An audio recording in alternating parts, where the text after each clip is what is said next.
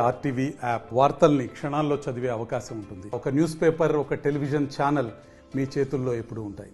జగన్మోహన్ రెడ్డి గారికి రాష్ట్రంలో రోజు రోజుకు ఆయనకు విపరీతమైన క్రేజ్ పెరుగుతూ ఉంది. ఈరోజు జరిగిన మీటింగు దానికి నిదర్శనం అని చెప్పి నేను తెలియజేసుకుంటా ఉన్నాను. ఎందుకంటే గత నెల రోజులుగా బస్సు యాత్ర మళ్ళా సిద్ధం సభలు మొదలుపెట్టినప్పటి నుంచి రాష్ట్ర వ్యాప్తంగా ప్రతి నియోజకవర్గంలో వైఎస్ఆర్ కాంగ్రెస్ పార్టీ గ్రాఫు కనీసం అంటే 4-5% పెరిగింది. నేను మీకు చెప్తున్నాను, జూన్ 4వ తారీఖు సాయంకాలం కల్లా క్లియర్ మ్యాండేట్ జగన్మోహన్ రెడ్డి గారికి వస్తూ ఉంది. మొదటి వారం అంటే జూన్ 10వ తారీఖు లోపల జగన్మోహన్ రెడ్డి గారు ఈ రాష్ట్రానికి రెండవసారి ముఖ్యమంత్రిగా ప్రమాణ స్వీకారం చేయబోతూ ఉన్నారు. ముఖ్యంగా అక్క చెల్లెమ్మలు పెద్ద ఎత్తున జగన్మోహన్ రెడ్డి గారికి మే 13వ తారీఖున బ్రహ్మరథం పట్టబోతూ ఉన్నారు. మేల్ ఓటర్స్ కంటే ఫిమేల్ ఓటర్సు ఖచ్చితంగా ఆ రోజు ముందు వరుసలో ఉండి 6 గంటలకే క్యూలో నిలబడుకుంటారు. చూడండి, కావాలంటే నేను అబద్ధం చెప్పడం లేదు, జరగబోయేది ఇదే, జరిగేది ఇదే. కాబట్టి ఈ చంద్రబాబు నాయుడు అక్క చెల్లెమ్మల మీద నిన్నటి రోజున ప్రధాని నరేంద్ర మోడీ గారి సాక్షిగా అక్క చెల్లెమ్మల మీద దుర్భాషలాడుతూ ఉన్నాడు. సిగ్గుందే అని అడుగుతూ ఉన్నాం మేము.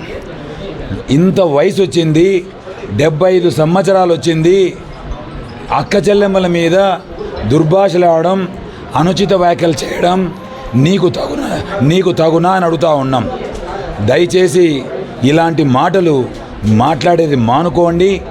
మరీ ముఖ్యంగా ఈరోజు ఈనాడు, ఆంధ్రజ్యోతి ఆ పేపర్లలో వాళ్ళకుండే కసి అంతా చూపిస్తూ ఉన్నారు. చూపించుకోండి. 4వ తారీఖు 4 గంటల వరకే మీ కసి. 4వ తారీఖు 4 గంటల తర్వాత, 1 సెకండ్ దాటిన తర్వాత మీరు రాష్ట్రంలో మీరు చేస్తున్నటువంటి అరాచకాలు, తెలుగుదేశం పార్టీ చేస్తున్నటువంటి అరాచకాలు, మరీ ముఖ్యంగా కేంద్రంలో బీజేపీతో పొత్తు పెట్టుకున్న తర్వాత చంద్రబాబు నాయుడు పేట్రేగిపోతూ ఉన్నాడు. మాటలు కానీ, అనుచిత వ్యాఖ్యలు కానీ చేసుకోండి. ప్రజలు మాత్రం జగన్మోహన్ రెడ్డి గారి పక్షాన్ని నిలబడి జగన్మోహన్ రెడ్డి గారికి పట్టం కట్టేది గ్యారంటీ, జరగబోతుండేది కూడా ఇదే అని చెప్పి తెలియజేసుకుంటా ఉన్నాను. మరీ ముఖ్యంగా 2019 నుంచి 2024 వరకు పుట్టపర్తి నియోజకవర్గంలో దాదాపు 6,000 కోట్ల రూపాయలతో అభివృద్ధి పనులు జరుగుతూ ఉన్నాయి.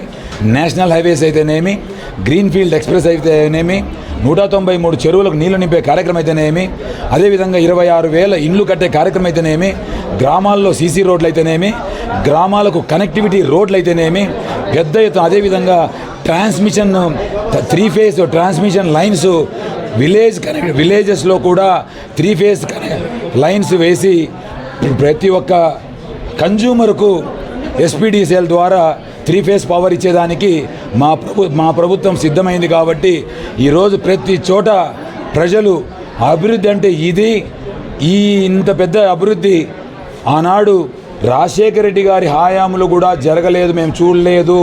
ఈరోజు జగన్మోహన్ రెడ్డి గారు తండ్రికి మించిన తనయుడు అని చెప్పి వాళ్ళందరూ ప్రజలు అనుకుంటూ ఉంటే, ముఖ్యంగా పుట్టపర్తి నియోజకవర్గంలో అనుకుంటుంటే నిజంగా మాకందరికీ సంతోషం అనిపిస్తూ ఉంది. ఇది రాష్ట్ర వ్యాప్తంగా జరుగుతూ ఉంది.